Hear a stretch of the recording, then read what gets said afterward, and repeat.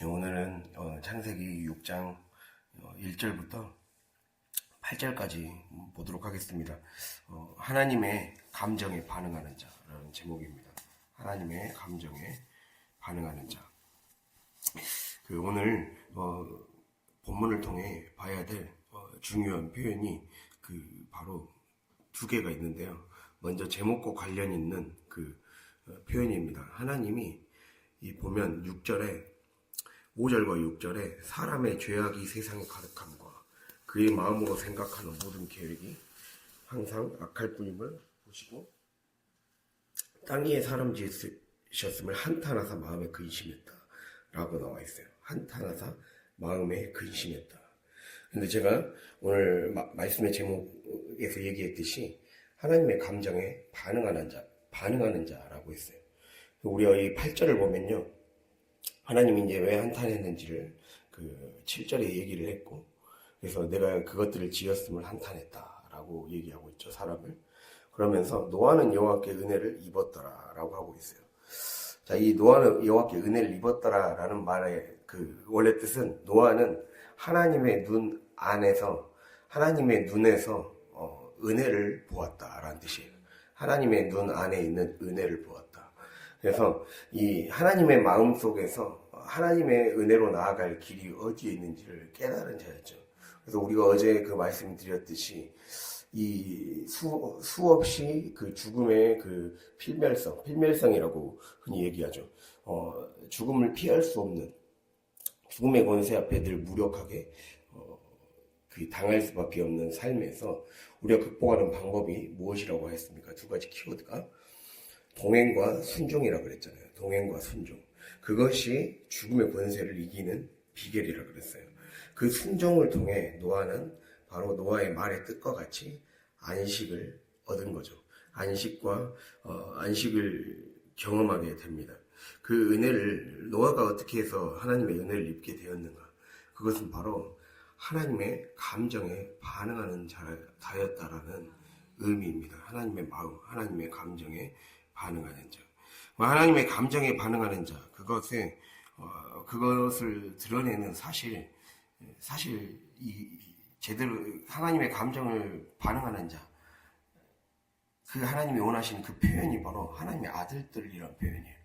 2절에서도 하나님의 아들들, 그리고 4절에서도 하나님의 아들들 이렇게 나와 있어요.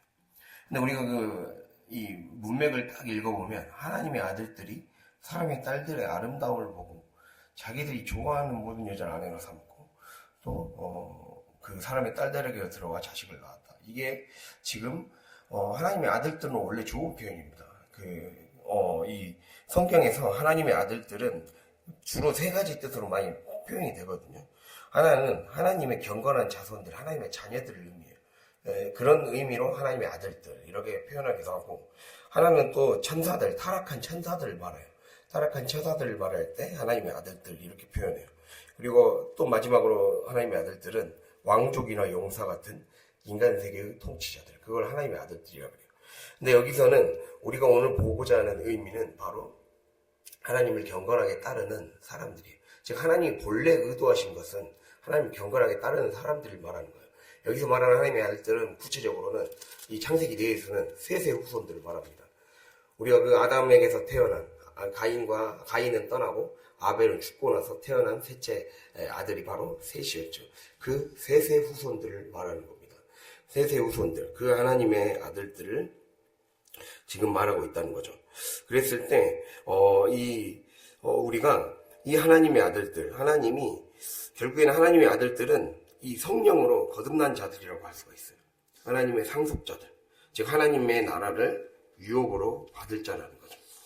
그래서 로마서 8장 14절을 보면 이 하나님의 아들들은 하나님의 영으로 인도함을 받아 행하는 자들이라고 말씀합니다. 하나님의 영으로 인도함 받아 행하는 자들. 우리 로마서를 함께 보면서 이 하나님의 아들들, 하나님이 본래 원하셨던 하나님의 아들의 모습이 무엇인가를 함께 살펴보고자 합니다. 로마서 8장을 보겠습니다. 로마서 8장 14절 그리고 19절에서 21절 읽겠습니다. 먼저 8장 14절 249페이지.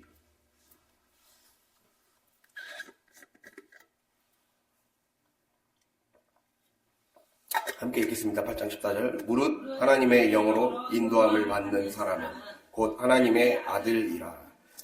네, 그리고 19절부터 21절까지 읽겠습니다. 피조물이 고대하는 바는 하나님의 아들들이 나타나는 것이니 피조물이 허무한 데 굴복하는 것은 자기 뜻이 아니요 오직 굴복하게 하시는 이로 말미암음이라. 그 바라는 것은 피조물도 썩어짐의 종노릇한 데서 해방되어 하나님의 자녀들의 영광의 자유에 이르는 것이니라. 아멘. 우리가 이 14절을 먼저 보면 바로 하나님의 아들들, 이 하나님이 원하시는 하나님의 아들들, 하나님의 아들로서 우리가 하나님의 자녀로서 하나님이 원하시는 것은 하나님의 영으로 인도함 받기를 주님이 바라신다는 거예요. 영으로 인도함 받는 삶, 성령과 함께 동행하는 삶이 되어야 된다는 거죠. 동행과 순종의 길을 걸어가므로 우리가 어떻게 됩니까? 하늘의 문이 열린다는 거예요. 동행과 순종의 길을 걸어가야 하늘의 문이 열립니다. 예, 동행은 제가 무엇이라고 했습니까? 무슨 돌파라고 했어요? 말씀을 잘 기억합시다. 수직적 돌파라 했어요. 수직적 돌파. 그리고 순종은 수평적 돌파예요. 동행은 성령과 하늘에 계신 성령과 하나님과 교제하는 거니까 수직적 돌파죠. 그리고 순종은 이 땅에서 내가 고난의 세월을 통과하면서 나를 이기는 과정을 거쳐야 되니까, 즉 땅의 속성들, 땅의 속성들을 이겨내야 되니까 수평적 돌파라는 거죠. 그래서 십자가라는 거예요. 십자가. 수직적 돌파와 수평적 돌파가 만나서 오직 십자가만이 우리를 하나님의 영으로 인도함 받아 살 수 있게 만든다는 겁니다. 이렇게 하나님의 영, 성령의 인도함을 받아 살아가면 바로 8장 21절 썩어짐의 종노릇한 데서 해방된다는 거예요. 이 21절에 그 바라는 것은 피조물도 썩어짐의 종노릇한 데서 해방된다라고 얘기하고 있어요. 그렇게 되면 우리의 삶에 자유가 임한다는 거예요. 하나님의 자녀들의 영광의 자유에 이른다. 자유가 임하려면 영광이 비춰져야 돼요. 영광, 우리의 삶에 진리의 빛이 비춰져서 그때 이 우리의 삶이 진리의 빛이 비춰지고 그리고 그 진리의 영으로 인도함을 받는 거죠.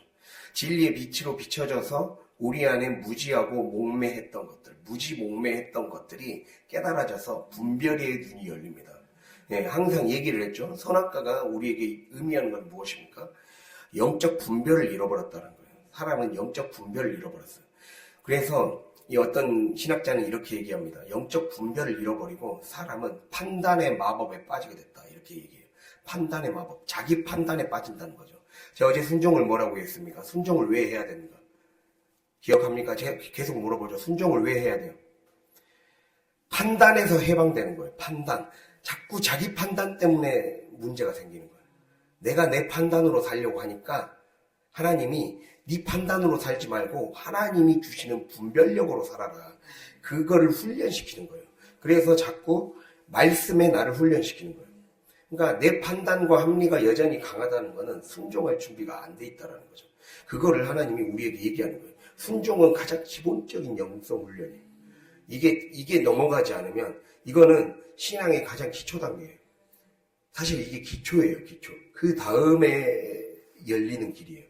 순종이 어느 정도의 그 궤도에 오를 때 우리의 삶이 그 다음에 사실 열어주고자 하시는 길이 더 무궁무진하거든요.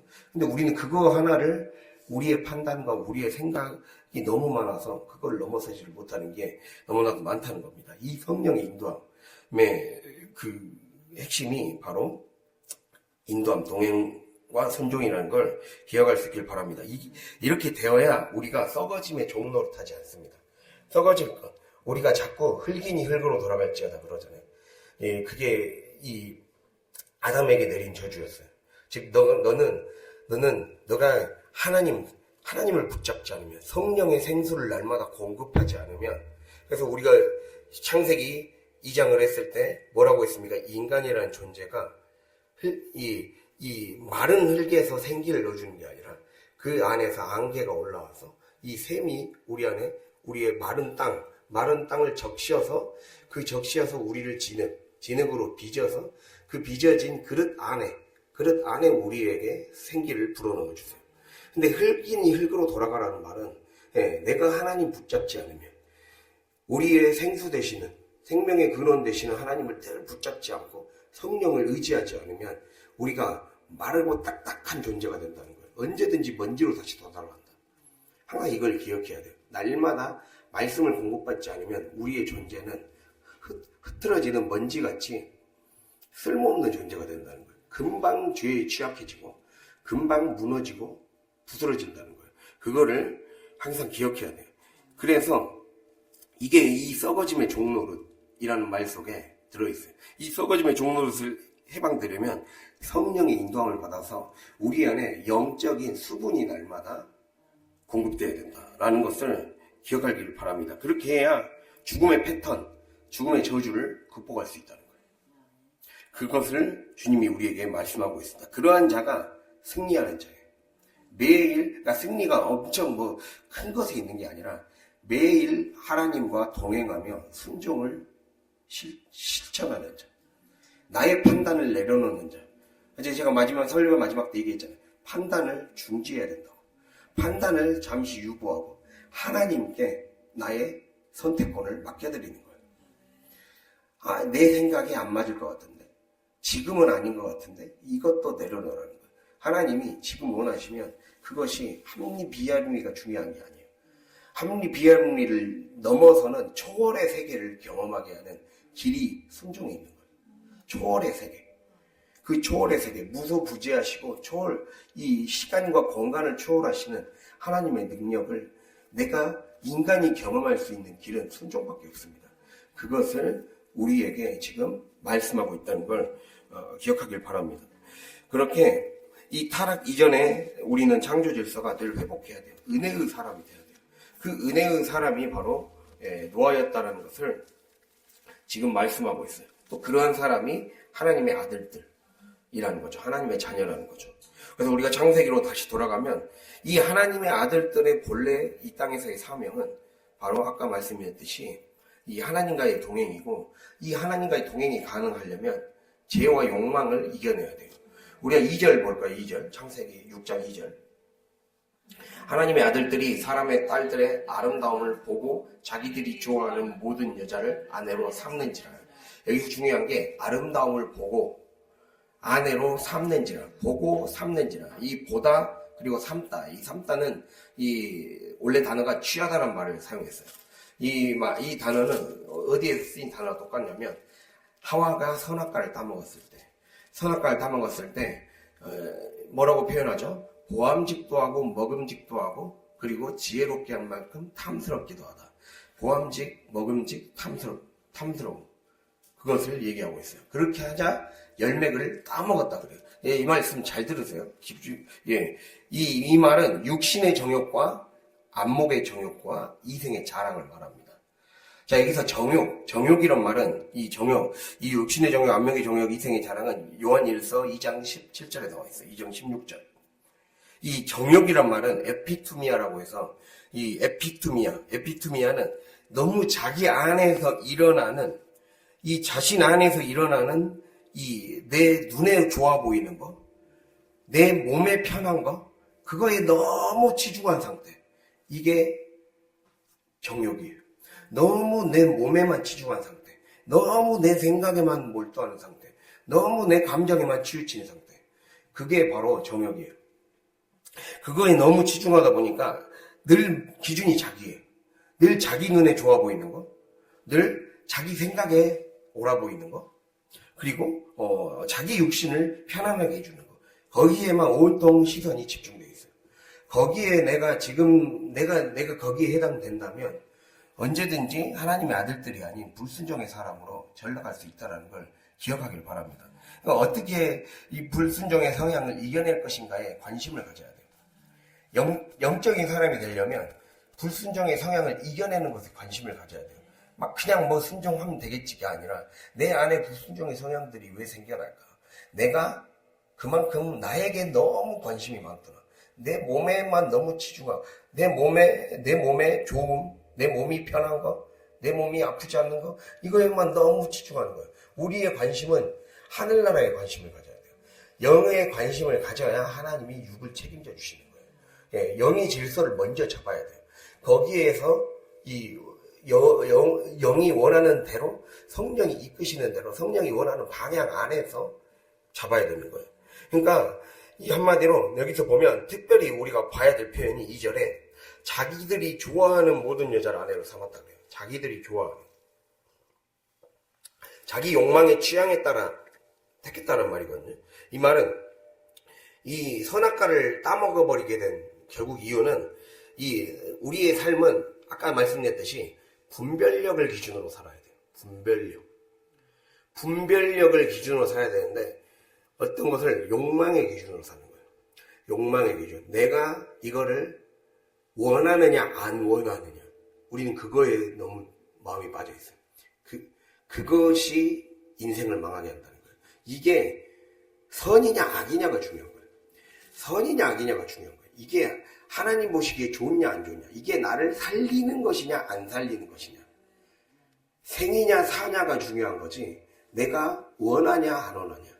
내가 지금 하고 싶냐 안 하고 싶냐가 기준이 아니라는 거예요. 그리스도인은 기준이 바뀌어야 돼요. 내가 지금 하고 싶냐 안 하고 싶냐가 아니에요. 내가 지금 이걸 하는 기분이 아니다? 그게 아니에요. 내가 지금 이걸 해야 사냐 안 사냐예요. 이게 우리의 삶의 기준으로 바뀌어야 된다는 걸 기억하길 바랍니다. 그래서 분별을 다른 말로 식별이라고 해요. 식별은 군대 용어거든요. 적을 식별하는 거. 이 적과 아군, 적군과 아군을 구별하는 걸 바로 식별이라고 해요. 그래서 결국에는 거룩으로 가는 길은 그거죠. 제가 계속 얘기했죠. 분리, 구별, 차단이라고. 먼저 이 우리의 삶에 분리와 구별이 이루어져야 돼요.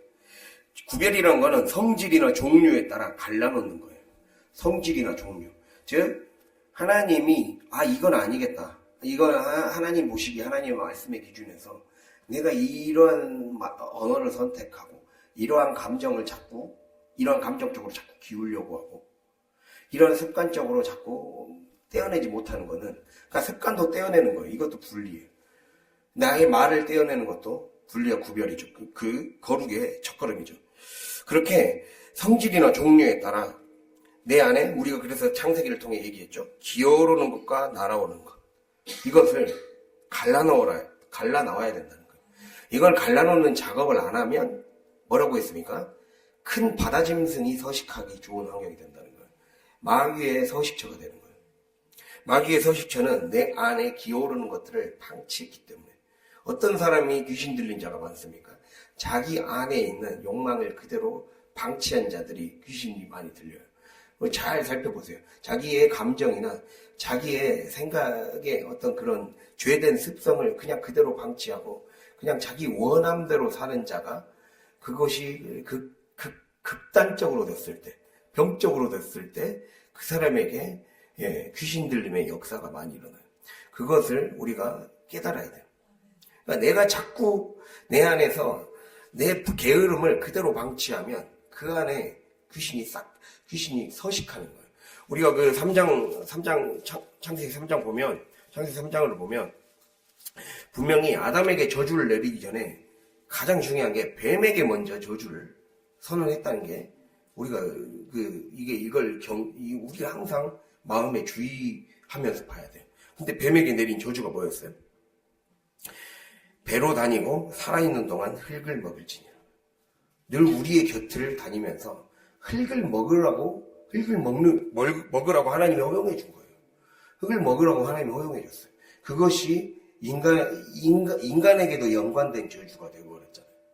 인간이 머무는 공간, 그리고 흙으로 지어진 인간 존재. 그거를 먹으라고 하나님이 허용해 줬어요. 이거를 기억해야 돼요. 그러니까 내가 성령이 날마다 충만하지 않으면 언제든지 금방 다시 기어오르는 것이 바다짐승이 될 수 있는 거예요. 내 안에 마귀가 될 수 있는 거예요. 그것을 우리가 이거에 대한 경각심을 가져야 돼요. 오늘 창세기 6장 그걸 얘기하는 거예요. 기어오르는 것들을 그냥 방치한 결과 마귀의 이 귀신 들린 자, 마귀에 완전 사로잡힌 자들이 출현했다라는 거예요. 네피림, 용사, 4절에 나오는 네피림, 용사 이런 거는 마귀에 완전히 사로잡힌 자들을 얘기하는 거예요. 네피림, 떨어지다라는 말이에요. 예, 그래서 어떤 사람은 네피림을 타락천사로 얘기하기도 해요. 떨어진 자, 타락한 자, 타락이 극에 달한 자란 뜻이에요. 네피림이란 말이. 예, 완전히 그냥 자기 마음속에 자기의 죄의 추락하는 걸 그대로 그냥 놔둔 자. 그냥 내 원하는 대로 그냥 그대로 살아간 자. 그거에 대해서 심각성을 느끼지 않고 살아가는 자. 그거를 얘기하고 있어요. 그래서 우리는 반드시 구별을 해야 돼요. 날아오는 것, 기우는 것 구별해서 기어오르는 것들은 성령의 능력으로 통제하라 그랬죠. 그리고 날아오는 것들이 항상 우리의 삶에 더 그것을 키울 수 있도록 그것이 우리의 생육과 번성을 결국에는 결정짓는 중요한 단서가 되고 그 기어오르는 것들은 우리의 삶의 걸음으로 삼아서 그것이 결국에는 하나님의 나라를 위해 봉사하도록 만들어 있어요. 기어오르는 것들은 이 성령에 의해서 길들여지면 바로 하나님의 나라를 향한 열정으로 쓰일 수가 있고 하나님의 나라를 향한 에너지로 바꿀 수 있는 그래서 모든 것이 합력하여 선으로 바꿔진다는 원리가 그거이죠. 우리 안에 기어오르는 것들이 바로 걸음이 되게 하는 원리가 이번 주 말씀이 그러한 흐름으로 지금 가고 있다는 걸 기억하길 바랍니다. 그렇게 하나님의 영역, 하나님의 거룩의 울타리 안에서 우리는 살아가기 위해 이 명확히 분리와 구별이 돼야 돼요. 그래서 늘 벽을 설치해놔야 돼요. 안전구역을 설정해놔야 돼요. 우리 안에 안전구역. 내가 이 이상의 선은 넘지 않아야 되겠다. 내가 이 신호가 내 삶에서 나타나면 교회를 찾아야겠다. 전화해야겠다. 그냥 묻고 따지지 않고 달려가야겠다 주님 앞에. 이것이 우리가 그 장치를 해놔야 돼.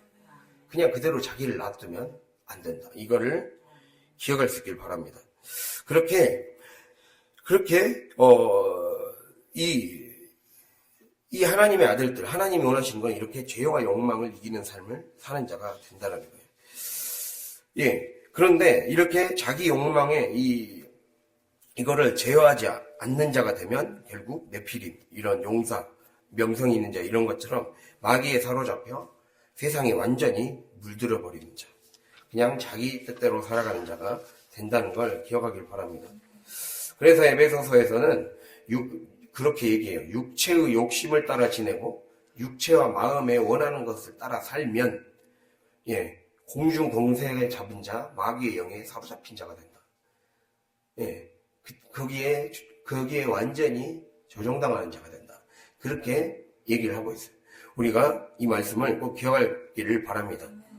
그래서 결국에는 이러한 모습들이 왜 나타났을까? 왜 이들의 삶에 그런 모습이 나타났을까? 바로 혼합주의. 혼합해버렸기 때문에. 하나님의 아들들이 사람의 딸들을 아내로 삼았다. 그러죠. 혼합주의 신앙이라고 할 수가 있습니다. 우리가 이거를 기억해야 돼요. 죄가 쌓이기 시작하면 거룩함, 하나님의 임재가 우리의 삶의 공간에서 밀려나게 됩니다. 아르키메데스의 원리라는 게 있어요. 부력의 원리라고. 우리가 배가 물에 뜨는 이유가 뭡니까? 배가 물에 뜨는 이유는 이 배가 밀어내면서 물이 딱 차오르면서 배가 밀어낸 물의 무게와 배 자체의 무게가 같아지는 원리가 부력의 원리예요. 그래서 반드시 그 무게에 따라서 가라앉는 정도가 달라진단 말이에요. 그럼 이것을 이 거룩함의 원리에 적용되는 거예요. 이게 무슨 말이냐? 내가 자꾸 죄가 쌓이면 하나님의 임재의 공간이 줄어들어요. 사람은 하나님이 정해주신 믿음의 분량 크기가 있어요. 근데 그 크기가 있는데 내가 자꾸 하나에 타협하고 둘 타협하고 혼합하고 섞고 그냥 방치하고 이거를 자꾸 반복하다 보면 밀려나요. 하나님이 밀려나는 거예요. 밀려나면서 이 성경에서는 뭐라 나오느냐? 레위기 18장 볼까요? 레위기 18장에서는 토해낸다 그래요. 레위기 18장 보겠습니다.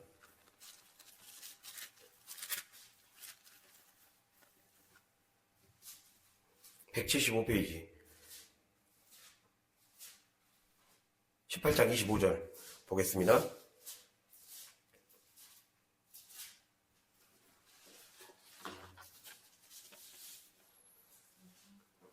8장 25절. 예, 함께 읽겠습니다. 그 땅도 더러워졌으므로 내가 그 악으로 말미암아 벌하고 그 땅도 스스로 그 주민을 토하여 내느니라. 아멘. 예, 이것은 우리의 삶의 원리예요. 이게 영적인 원리예요.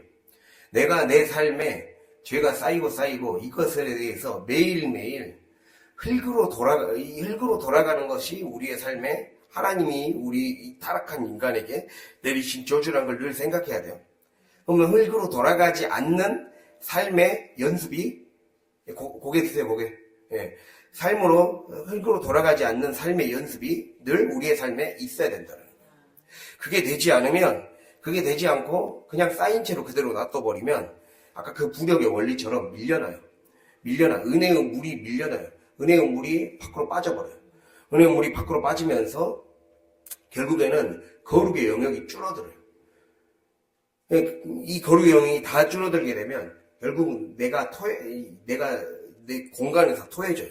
그래서 레위기에서 말하는 이 성경을 통해서 말하는 거는 우리의 삶에 죄가 쌓이면 하나님이 내 삶의 공간에서 쫓겨나게 된다 그랬어요.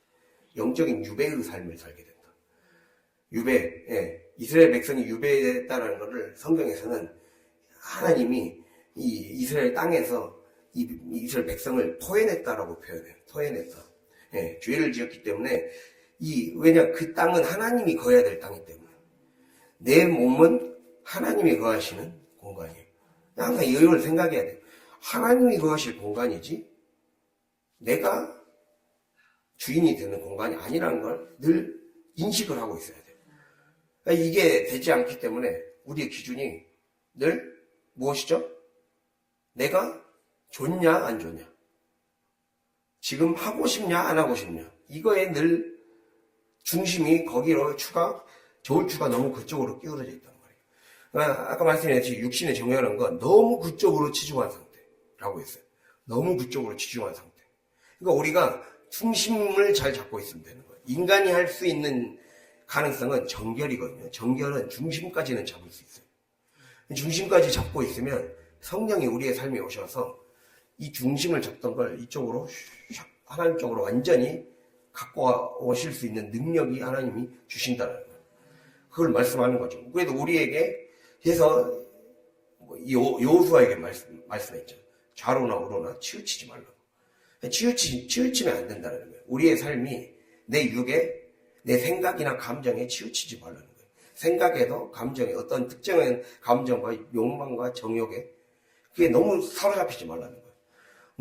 너무 이 죄된 생각, 나를 게으름으로 몰고 가고, 나를 어떤 영적으로 나를 다운시키고 죽이는 것에 이것이 아니다 싶으면 그거에 너무 치중하고 너무 빠져있지 말라는 거예요.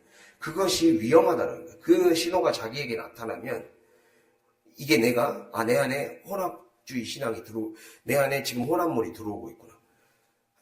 지금 열심히 신앙생활에서 쌓아놓은 이 영적인 보이지 않는 생수가 지금 밀려나고 있는 거예요. 빠지고 있는 거예요. 오염물이 들어오고 있는 거예요. 그 신호로 여러분이 받아들여야 됩니다. 그렇게 하지 않으면 늘 우리의 삶이 공공하게 돼요. 공허하게 되고 건조하게 된다는 것을 기억할 수 있길 바랍니다. 그래서 그러한 원리에서 바로 창세기 6장으로 다시 돌아가면 하나님이 그러는 거예요. 그렇게 자기들이 원하는 대로 살아갔단 말이에요. 자기들이 원하는 대로 그냥 자기가 이 모든 여자를 아내로 삼는지라, 여기서 삼는지라, 2절에 나오는 삼는지라는 자기가 원하는 대로, 자기가 좋아하는 것을 그냥 취했다는 거예요. 자기가 지금 그냥 하고 싶은 대로 그냥 그거를 소유하고, 그거를 그냥 손에 넣으려고 하고, 그냥 그것에만 온갖 마음이 기울어져 있었다. 내 감정 만족시키고, 내 육체 만족시키는 것에, 그리고 나 그냥 편하게 사는 것에, 그냥, 어떤 것에도 관심 갖지 않고, 그냥 그렇게 사는 것에 마음이 그냥 빠져 있었다. 그렇게 하니까 하나님이 얘기를 하신 거죠. 여호와께서 이르시되 나의 영이 영원히 사람과 함께하지 아니하리니 이는 그들이 육신이 됨이라. 여기 육신은 살덩어리란 말이에요. 살덩어리. 그들이 자꾸 먼지로 돌아가고 있구나, 이 뜻이에요. 너희들이 자꾸 흙으로 돌아가구나. 내가 흙으로 돌아갈지니라는 흙으로 돌아가라 이런 그렇게 돌아가라는 뜻이 아니라 언제든지 흙으로 돌아갈 수 있기 때문에 하나님 붙잡아라는 뜻이잖아요. 하나님 붙잡은데 자꾸 그거를 외면하고 그냥 흙으로 돌아가기를 본인들이 선택했다는 거예요. 그래 버리니까 여기서 보면 함께하지 않겠다. 이게 굉장히 기가 막힌 표현이거든요. 이게 무슨 뜻이냐면 다투다, 함께하다는 말은 다투다, 논쟁하다. 그래서 함께하지 않겠다는 것은 더 이상 얘네들한테 잔소리하고 싶지가 않다. 이런 뜻이에요. 더 이상, 그러니까 이거예요. 이거 그렇게 우리가 이 말씀을 통해, 설교를 통해, 그 목사님의 권면을 통해 그렇게 살면 안 된다. 그렇게 얘기를 해도 석유의 경업길처럼 그냥 그렇게 말로만 이해하고 그냥 듣지 않는 상태. 그러니까 이제 너희들에게 이제 잔소리하고 싶지 않다. 이런 의미예요, 지금. 너희들에게 이 영원히 사랑과 함께하지 아니하니 난 너희들에게 이제 잔소리 안 할래. 지쳤어. 하나님의 마음을 표현한 거예요. 지금 그거를 얘기하고 있어요. 그래서 내가 언제까지 이렇게 할 수가 없다라는 거예요. 네. 그거를 주님이 우리에게 얘기하고 있죠. 그러니까 이 말씀을 제가 딱 이 의미를 보고 충격 먹었어. 하나님도 이런 마음을 느끼는구나. 여러분, 하나님이 이런 마음 느껴요. 우리가 하나님 말씀 안 들으면 하나님도 이제 말을 안 할 때가 온다니까요. 그럼 그 결과가 뭐였습니까? 홍수였잖아요. 홍수 심판. 그냥 다 쓸어가 버리는 거예요. 이게 우리에게 경고를 날리고 있어요. 제가 얘기하고 있잖아요. 창세기 1에서 11장은 인간 역사의 원형이라고 그랬어요. 모델이라고 그랬어요. 반드시 일어날 일들이라고 그랬어요. 반드시 일어날 일의 축소판을 창세기 1에서 11장은 보여주고 있어요. 제가 그래서 매일 성경 진도대로 안 나가고 자세히 여러분이 깨달으라고 천천히 나가고 있는 거예요. 정말 정신 차리고 잘 들어야 돼요. 내가 하나님이 이렇게 느끼고 있구나. 그래서 하나님의 마음을 좀 반응을 해라는 거예요. 하나님의 마음을 그냥 지식적으로 말지 말고 반응을 해야 된다. 반응하지 않으면 은혜를 못 입은다. 라는 뜻이에요. 오늘의 메시지는 그거예요. 하나님의 마음에 자꾸 반응하지 않으면 은혜를 못 입게 된다. 홍수에서 살아남지 못하게 된다. 그거를 우리에게 경고하고 있어요. 우리의 삶에서는 불가피하게 삶에서 홍수를 맞이하게 되게 되어 있습니다. 이것은 우리의 삶의 필연적인 숙명입니다. 왜냐하면 하나님은 이 부력의 원리에 따라, 이 영적인 부력의 원리에 따라 하나님의 거룩의 영역에 차지 않는 것은 하나님은 허용하지 않으세요. 그래서 온전히 방주 위에 우리의 삶에 방주를 지어야 돼요. 우린 영혼의 방주를 지어서 내 영혼의 성전을 짓는 것, 내 영혼을 성전으로 만드는 것, 하나님이 거하실 어떠한 마음의 집을 잘 가꾸는 것에 우리 모든 포커스를 거기에 집중해야 돼요. 우리의 포커스가 내가 하고 싶은 것에 집중되면 안 돼요. 하나님이 원하시는 것, 하나님이 선이라고 하시는 것에 포커스를 집중해야 돼요. 그래서 판단을 내려놓으라는 거예요. 그래서 생각 좀 그만하라는 거예요. 자기 생각과 자기 감정과 자기 습관에 자꾸 빠지는 이전의 삶의 것이 그냥 그렇게 하라고 했기 때문에가 아니라 말씀에서 얘기하잖아요. 그게 판단의 마법에 걸리는 거다. 마법. 마법이라는 건 그 안에 빠지는 거예요. 그냥 이 저주에 빠진다라는 거예요. 자꾸 내 삶이 판단의 영에 사로잡히면 그 판단을 통해 마귀가 역사하는 거예요. 이게 기억해야 돼요. 어떤 말씀을 할 때, 그래서 목사님이 말씀하실 때는 우리가 삶에서 말씀을 통해 얘기할 때 우리 안에서 습관적으로 나오는 뭔가 변명하고 자기 합리화를 하고 이래서 저랬다 말대꾸하고 변명하는 게 이게 우리의 삶에 위험한 거예요. 내 안에 내 판단이 아직도 있다라는 거예요. 그냥 말씀을 지키지 않았으면 내가 지키지 않은 것을 인정하면 되는 거예요. 그래서 하나님 앞에 그냥 정직하게 나아가면 되는 거예요. 내가 그렇게 하지 못했구나. 내가 여전히 내 영이 강하지 못하구나. 이걸 인정하는 자가 하나님이 쓰시는 자예요. 그렇게 자기의 연약함을 인정하는 게 중요해요. 연약함을 인정해야 나는 순종할 힘이 그냥 그거예요. 그냥 환경이 이래서 그랬어요. 누가 이래서 내가 이거를 말씀을 이행하지 못했어요가 아니에요. 내가 그런 걸 순종할 힘, 영역이 부족했어요. 그거요. 그게 답이죠. 왜 자꾸 답을 이상한 데서 찾냐고요. 그 판단에 마법에 걸리지 말라는 거예요. 그래, 그게 자꾸 빠지면 임재의 물이 자꾸 빠져나가는 거예요.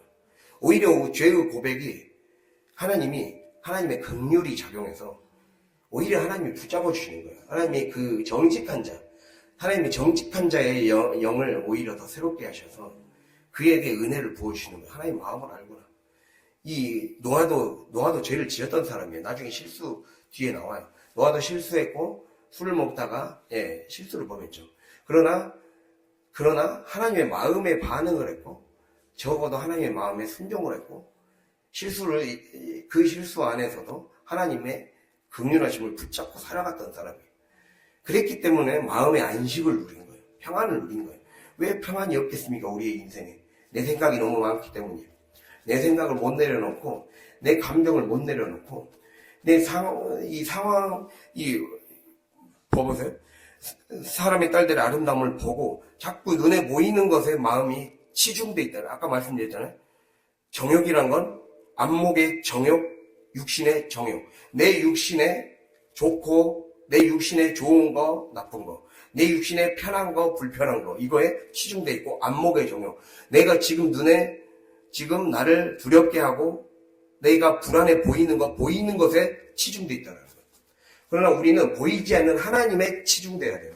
보이지 않는 말씀, 그러나 들려지는 말씀에 치중해야 돼요. 우리의 치중의 대상이 바뀌어야 된다는 거예요. 그것을 하나님이 우리에게 지금 말씀하고 있어요. 그렇게 되지 않으면 계속 살덩어리로만 살게 된다. 고깃덩어리, 그냥 그 동물과 다름없는 고깃덩어리 신세가 된다. 그거를 분명하게 얘기하고 있어요, 우리에게. 그거를 이 경고로 우리에게 얘기하고 있습니다. 그렇게 되면 네피림, 그냥 타락이 극에 달한 상태에 떨어지게 된다는 건 오늘 말씀을 정말 자기에게 나 진짜 이렇게 살면 안 되겠구나. 이거를 기억해야 돼요. 그래서 오늘 그 말씀에 보면 이 3절에 그들의 날은 120년이 되리라. 이 말은 120년은 회개의 기간이에요. 홍수 심판하기 전까지 하나님이 여러분의 삶을 어쩔 수 없이 심판하시기 전까지 회개의 기간. 그러니까 우리의 이 수명을 남겨두신 이유, 우리의 목숨을 남겨두신 이유, 하나님의 마음을 깨닫고 회개하라는 거예요. 하나님께 마음을 돌리고 동행과 순종의 그 길로 들어오라는 거예요. 그것을 얘기하고 있습니다. 그래서 오늘의 말씀, 정말 하나님의 마음에 진짜 반응할 수 있는 그 신경이 우리의 삶에 열릴 수 있길 바랍니다. 하나님은 한탄하고 계세요. 그래서 우리가 말씀을 마무리하면서 이 한탄이라는 거는 하나님이 숨을 할딱거리다 이 말이에요. 또 하나님이 너무 마음이 아파서 숨을 할딱거리다 이 말이에요. 이 숨이 쉬어지지 못할 정도로 괴롭다라는 거예요. 그거예요. 그래서 그 마음이 지금 얘기되어 있어서 하나님의 이 고뇌, 슬픔, 이것을 표현하는 가장 자주 쓰이는 말이에요. 그래서 하나님은 후회했다, 한탄했다. 이 똑같은 단어는요, 미함. 하나님이 숨을 할딱거리다. 이 사람이 너무 고통이 심하면 이 숨이 잘 안 쉬어질 정도로 막 고통스럽잖아요. 그걸 표현한 말이에요. 그러니까 하나님 사실은 마음이 아파요. 이게 계속, 그런데 말은 반대로 얘기하시는 거예요. 나의 영혼이 사람과 함께하지 않니. 더 이상 잔소리하고 싶지 않다. 이 말은 그래도 내 말 들어야 된다 라는 거예요. 그래도 들어야 된다. 듣지 않으면 기회가 오지 않는다. 이제 더 이상 기회가 오지 않는 순간이 온다라는 거예요. 그래서 우리에게 중요한 것은 이 하나님의 마음에 반응한 자만이 은혜를 경험하고 이 죄악으로 가득 찬 이 세상에서 그 가득 찬 이 세상, 홍수가 이미 눈에 보이지 않는 홍수를 겪고 있는 이 시대에 휩쓸려가지 말라고. 눈에 보이지 않는 홍수가 가정 안에 있고 세상 안에 있고 이미 다 지금 휩싸여 있어요. 그것에 자꾸 휘몰러 가지 말아요. 그 영적인 흐름에, 그 영들에 휘몰라가서 자기도 떠내려가는 인생 살지 않아야 됩니다. 그러려면 하나님의 마음에 반응을 해야 됩니다. 그리고 하나님이 언젠가는 말씀하지 않고 그냥 그냥 행동으로 우리에게 매를 드실 때가 온다라는 걸 기억하며 이 하나님의 정말 뜻을 깨닫고 이 내가 좋아하는 것이 아니라 하나님이 원하는 것, 그것을 생각하고 우리의 치중하고 우리의 집중해야 될 대상이 무엇인가, 이것을 정말 제대로 깨닫고 옳은 선택을 할 수 있는 저와 여러분이 될 수 있기를 간절히 바랍니다. 네, 기도하겠습니다.